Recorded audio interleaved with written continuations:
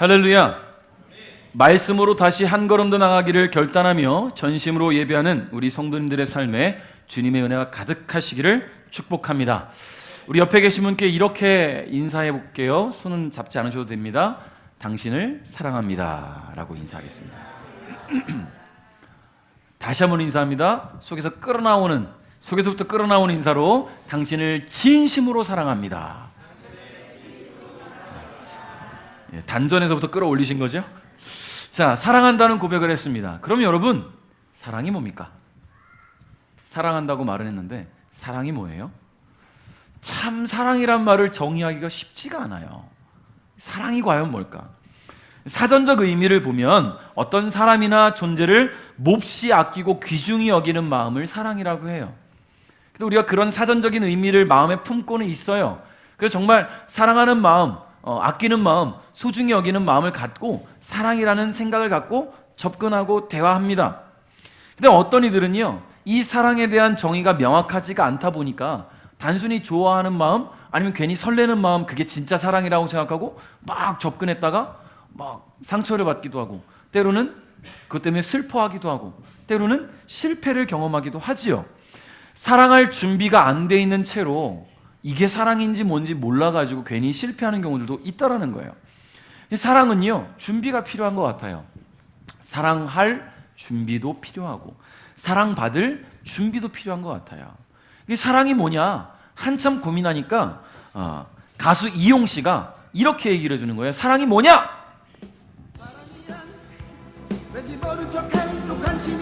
관심 있는 게 사랑입니다. 애타는 마음이 사랑이고요, 다 주는 게 사랑입니다. 이런 사랑이 채워지면 행복이 오는 거예요. 그래요, 그 사랑을 갖는 게 행복이죠.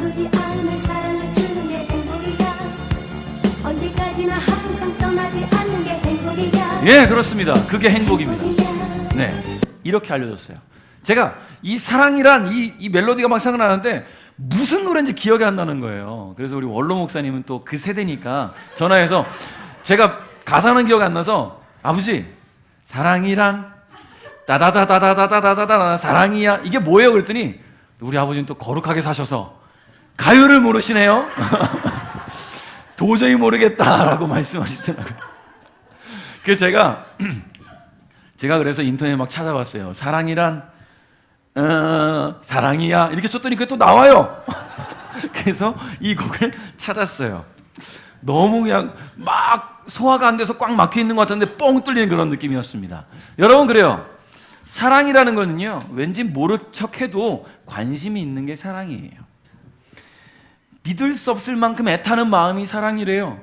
소중한 것을 다 줄 수 있는 게 사랑이래요. 근데 그런 사랑이 나누어지면 거기서 행복이 온답니다. 물론 이 가사가 정의가 될 수는 없지만 우리의 삶을 살아가면서 느껴지는 그 사랑의 감정들이 이 가사를 보니까 진짜 그런 것 같아요. 여러분, 그래서 이 노래 가사처럼 진정한 사랑이 공유될 때 행복이 찾아올 줄 믿습니다.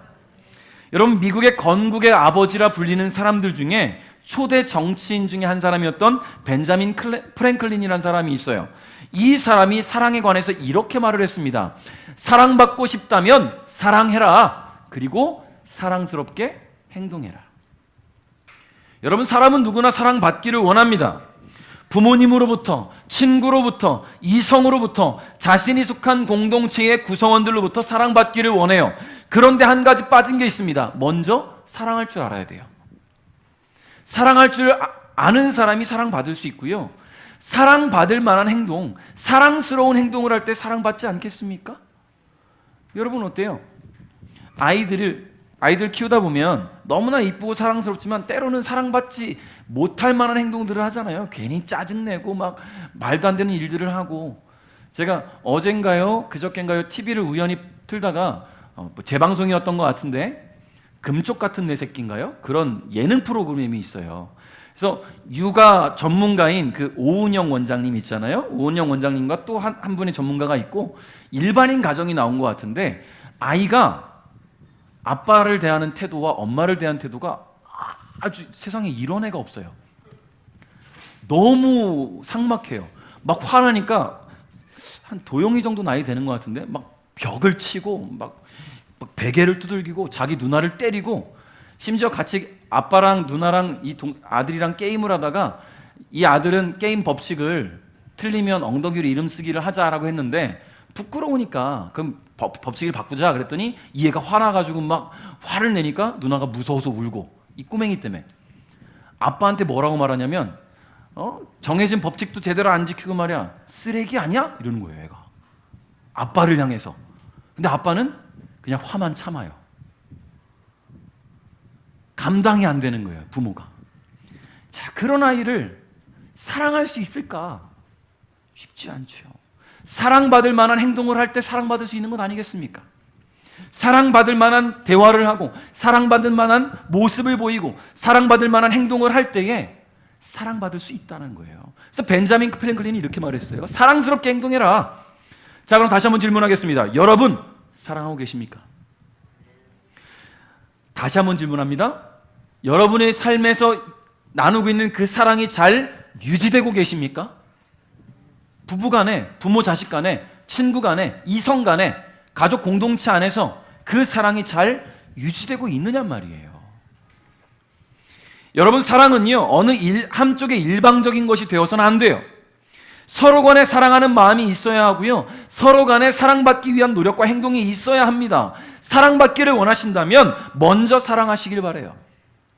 그리고 사랑받을 만한 행동, 사랑받을 만한 말, 사랑받을 만한 삶을 살아야 된다는 거예요. 여러분, 하나님은 우리를, 여러분을 너무나 사랑하셨어요. 자, 우리는 사랑받기를 원했어요. 너무나 사랑받기를 원했어요. 그런데 하나님은요 너무나 인간들을 사랑하셔서 배신으로 등을 돌린 그 사람을 향해서 다시금 구원의 손길을 내미실 만큼 사랑하셨어요. 그리고 은혜의 자리로 초대하셨죠. 하나뿐인 아들을 내어주시기까지 사랑하셨습니다. 그게 하나님의 사랑이에요. 여러분, 하나님의 사랑 보세요. 사랑받을 만한 행동들, 그런 모습들을 보이셨잖아요 우리에게. 우리가 배신하고 등을 돌림에도 불구하고 끊임없이 손을 내미시면서 사랑받을 만한 행동들을 하시잖아요. 사랑을 주시면서 말이죠. 그렇게 사람을 사랑하신 하나님께서는요 역시 사랑받기도 원하신다는 거예요. 우리가 하나님을 오해해서는 안 됩니다. 하나님도 사랑받기를 원하세요. 여러분, 우리의 부모님들을 생각해 보세요. 우리 자녀들 부모님 생각해 보세요. 부모님은 사랑을 베풀기만 하는 분이 아니에요. 사랑받을 만한 분들이잖아요. 부모님이 나를 사랑해 주신다고 그 사랑이 영원히 유지되길 바라면서 계속 끊임없이 빼먹으려고만 하지 마십시오. 우리 부모님을 위해서 사랑을 베풀어야 됩니다. 부모님들도 사랑을 받을 만한 분들이잖아요. 받아야 되는 분들이고요. 하나님도 마찬가지입니다. 사랑 받으셔야 되는 분이에요. 하나님은 그래서 오늘 본문을 통해서 그 사랑의 관계가, 하나님과 우리 인간의 그 사랑의 관계가 잘 유지될 수 있기를 바라면서 우리에게 그 방법을 알려주셔요. 하나님 혼자만의 일방적인 사랑이 아니라, 잘못된 생각으로 교감을 깨뜨리는 사랑이 아니라 서로 소통하는 사랑, 그런 사랑을 나누기를 원하십니다. 15절 읽어볼까요? 시작. 여호와께서 시내산 불길 속에서 여러분에게 말씀하셨을 때 여러분은 주님의 모습을 보지 못했소. 그러니 여러분은 이 사실을 마음 깊이 새겨 두시오. 아멘. 여러분, 어떻게 보면 경고잖아요. 새겨 두시오. 주님 모습 보지 못했으니까 마음에 꼭 새겨 두시오. 경고의 말씀입니다. 이스라엘이 하나님의 모습을 보지 못했다는 것이 왜 경고가 될까? 여러분, 인간의 죄성은요, 인간이 가지고 있는 죄성은 하나님을 우상화하려는 그런 생각들이 너무나 강해요. 하나님을 우상화하려는 생각들. 하나님이 눈에 보이지 않으니까 보이는 것으로 하나님을 만들려고 하는 그런 모습들이 강하다라는 거예요. 여러분, 하나님께서 불 가운데 하나님 당신을 계시하신 것은요, 하나님이 살아계시다라는 것을 보여주기 위함인 것이지 하나님의 형상을 보이기 위한 것이 아니라는 거예요. 그러므로 이스라엘이 간직하고 지켜야 될 것은 뭐냐면 하나님의 언약의 말씀입니다. 하나님의 형상을 보고 그 하나님의 형상을 만들고 그것을 섬기면서 뭔가를 지키기를 원하는 것이 아니라 하나님의 입술로 선포된 말씀, 우리에게 주어진 이 말씀. 여러분, 이걸 또 오해하는 사람들은 이 안에 기록되어 있는 하나님 말씀을 기억해야 되는 것이 성경책을 섬기라는 게 아니에요. 성경책을 잘 모셔다 놓고 이게 하나님이라고 생각하고 여기서 섬기는 게 아니라는 얘기예요. 말씀을 섬겨야 되는 것이지. 할렐루야. 하나님 말씀이 중요한 것입니다. 이 경고의 말씀을 우리 마음에도 새기면서 하나님께서 우리에게 가르쳐주시는 사랑의 관계가 잘 유지돼 나갈 수 있는 그런 방법들을 함께 생각해 보고자 합니다. 우리 16절부터 18절까지를 다 같이 읽겠습니다. 시작.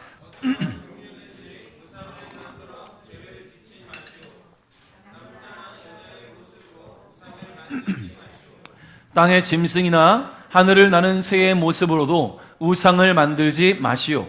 땅 위에 기는 어떤 것의 모습으로도 우상을 만들지 말고 물속의 어떤 물고기의 모습으로도 우상을 만들지 마시오. 아멘.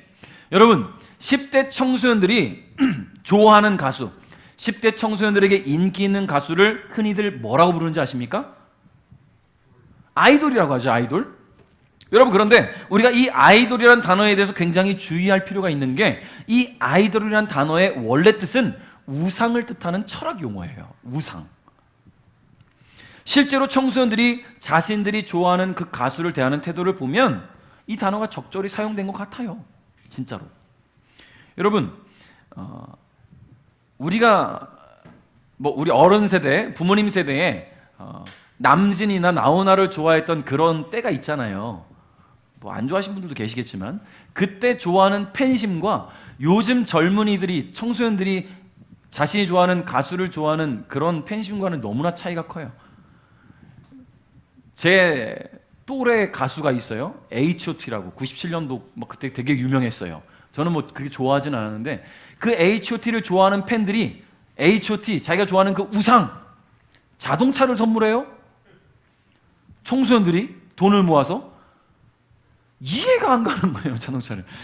제가 인터넷 검색하다 보니까 팬으로부터 가장 큰 선물을 받은 어떤 아이돌 가수가 있어요. 누구라고는 확실히 보지 못했지만 그 아이돌 가수가 받은 선물이 뭔지 아십니까? 여러분 한번 맞춰보세요. 너무나 큰 선물이에요. 집, 또 뭐가 있을까요? 섬? 스코틀랜드의 땅을 선물로 받았대요. 스코틀랜드의 땅. 팬들이 돈 모아 사줬대요. 나도 아이돌이나 할걸. 나 초등학교 때 춤 잘 췄는데. 중학교 올라가면서 계속 유지했으면 나도 아이돌 할 수 있었을 건데. 물론 외모가 좀 딸리긴 해요. 그쵸? 외모가 좀 요즘은 외모 중요하지만 제가 그 학생 때쯤, 그때도 외모가 중요했구나. 어차피 안 되는 거였네요. 자, 어쨌든 간에 어떻게 보면 진짜 우상을 섬기는 만큼 그렇게 팬들이 자신들의 우상인 가수들에게 바쳐요. 그래서 팬들은 이런 걸 뭐라고 말하냐면 조공이라고 합니다. 조공. 조공이 뭔지 아시죠? 섬기는 나라 왕에게 갖다 바치는 게 조공이에요. 근데 지금 아이돌 가수들에게 팬들이 조공을 한대요. 진짜로 우상에게 재물 바치는 것처럼 그렇게 한다는 것이죠. 여러분, 누구나 좋아하는 스타 한 명쯤은 있겠지요.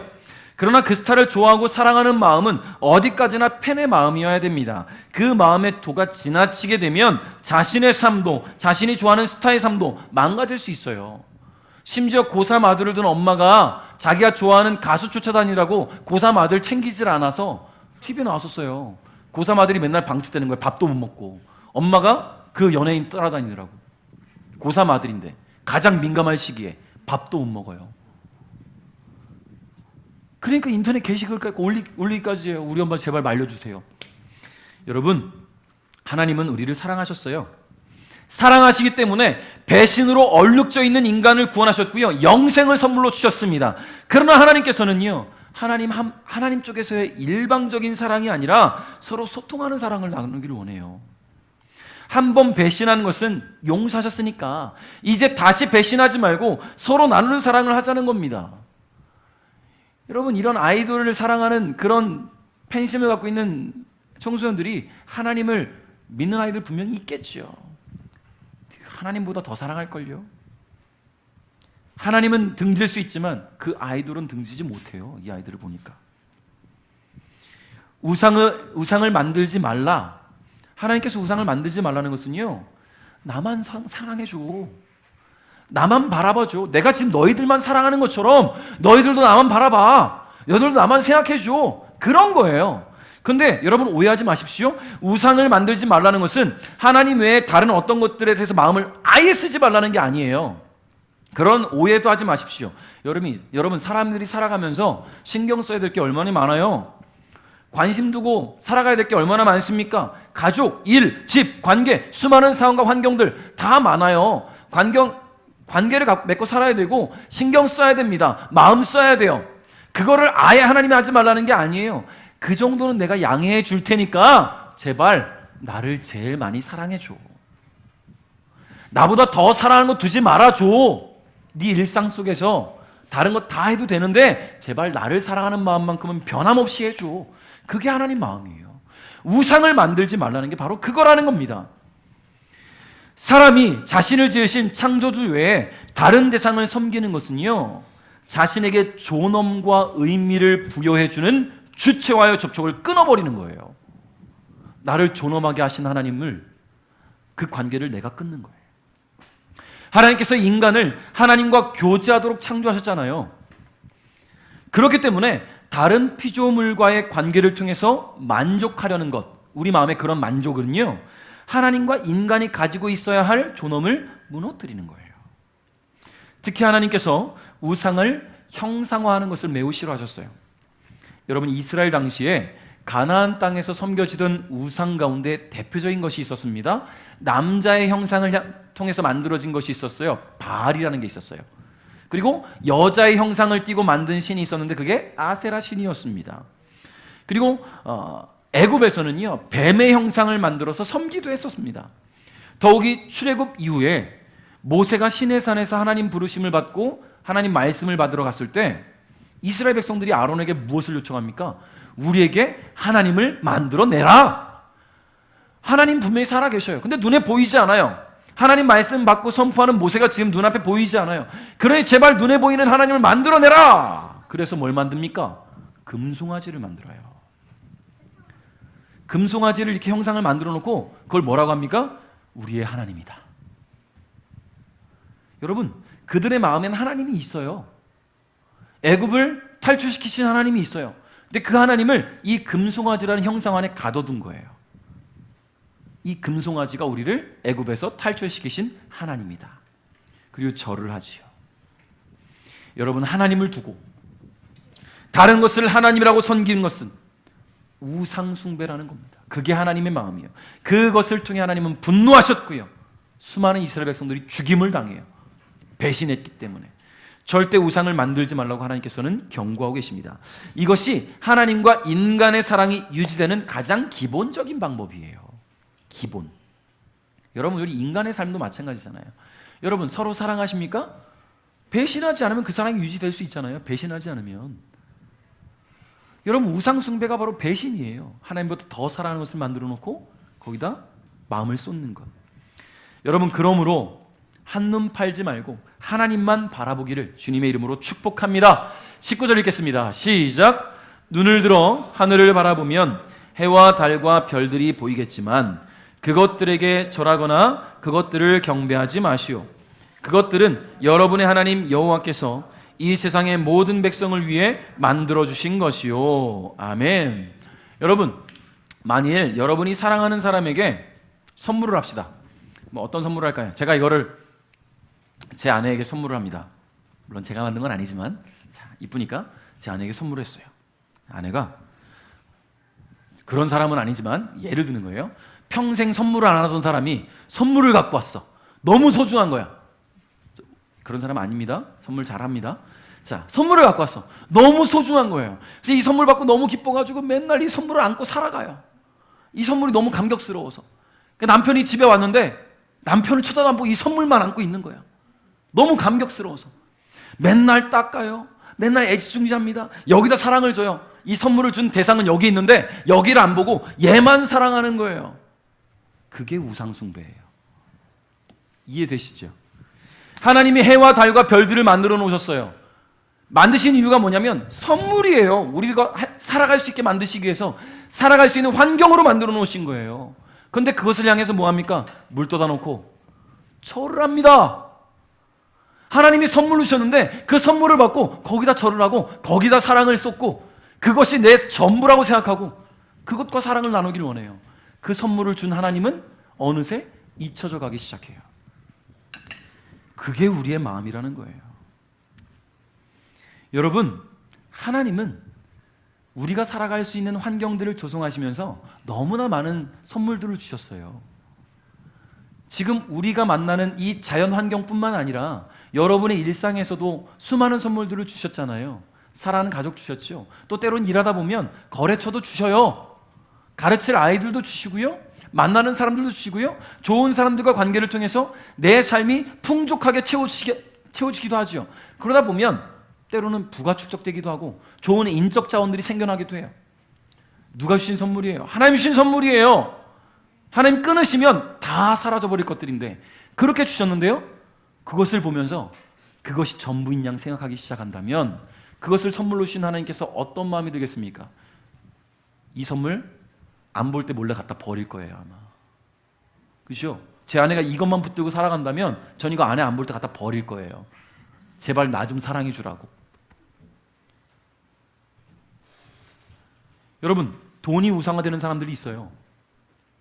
돈이, 일이 우상화되는 사람들이 있어요. 하나님께서 제발 나 좀 바라봐줘 하는데 돈만 보고 쫓아가고 일만 보고 쫓아가고 사람들과 관계만 보고 쫓아간다면 하나님께서 나 좀 바라보라고 그 선물을 쓱 빼버리신다면 그때 가서 후회한들 어떻게 하겠습니까? 선물일 뿐입니다. 할렐루야. 선물은요, 감사함으로 받으면 돼요. 감사함으로 받고 그 선물을 주신 주님께 그 사랑을 쏟으면 돼요. 그렇게 살아갈 수 있기를 주님의 이름으로 축복합니다. 어느 것도 우리의 마음을 헤아려 준다거나 소원을 들어줄 수 없어요. 이게 선물인데 이게 내 소원 들어주지 않아요. 이게 내 마음 헤아려 주지 않아요. 이것들은 하나님께 주시는 피조물, 선물일 뿐이니 그 마음 잊지 않으시기를 주님의 이름으로 축복합니다. 자, 21절부터 22절 읽겠습니다. 시작.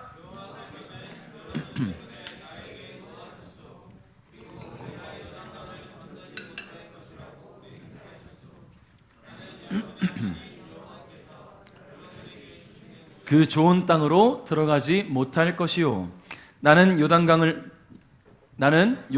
건너지 못하고 이 땅에서 죽을 것이요, 그러나 여러분은 이 강을 건너 그 좋은 땅을 차지하시오. 아멘.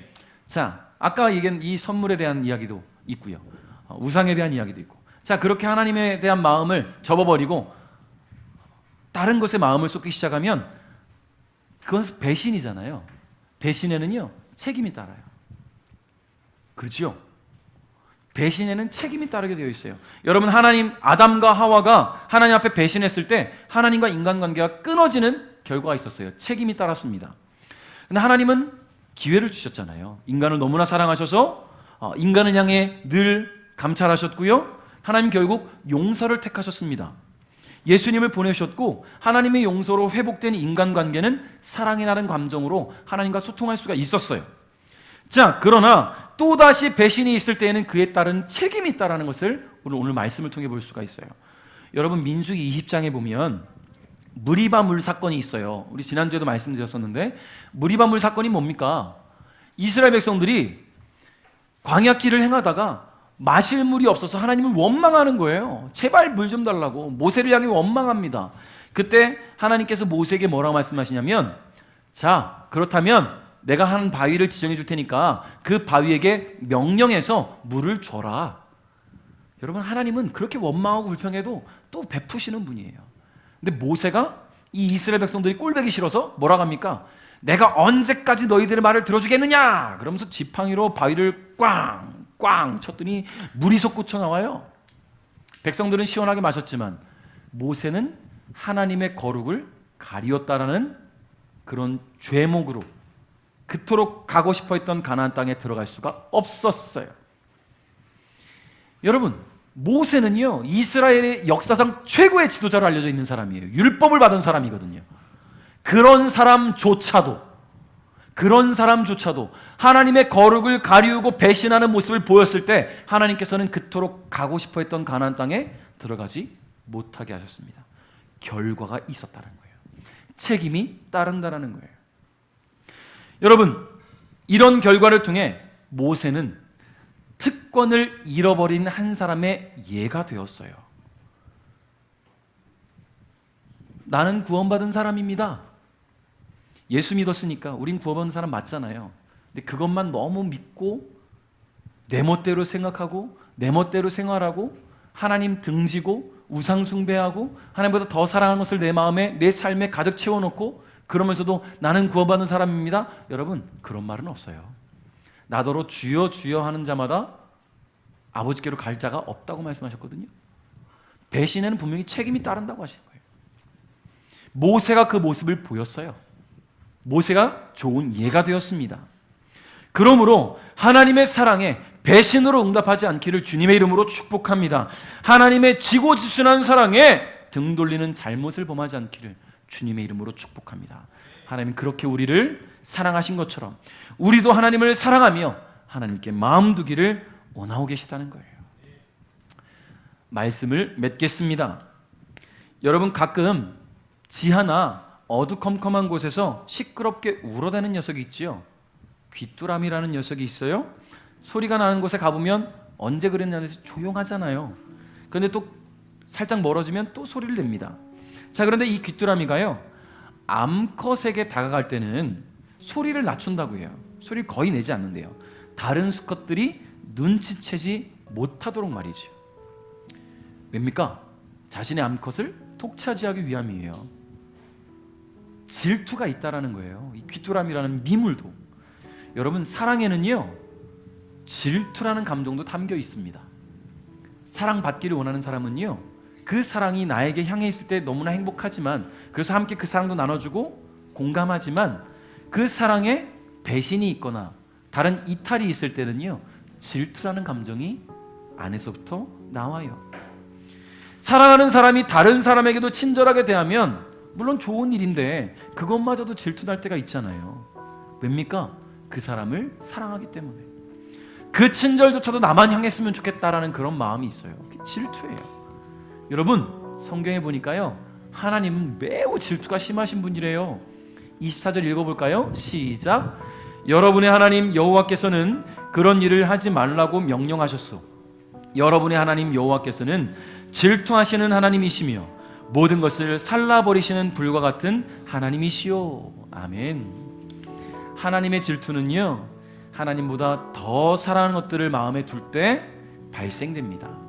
그러니 하나님께 주신 삶을 마음껏 누리며 살아가되 하나님을 삶의 최우선 1순위로 두시고 하나님을 더 많이 사랑하며 하나님이 주신 삶에 감사하며 살아가는 저와 여러분이 될 때에 하나님의 사랑은 절대 변함이 없어요.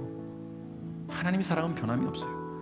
그 사랑 안에서 우리에게 주어진 또 한 주도 행복한 삶을 살아가며 주님 안에 거하시기를 주님의 이름으로 축복합니다.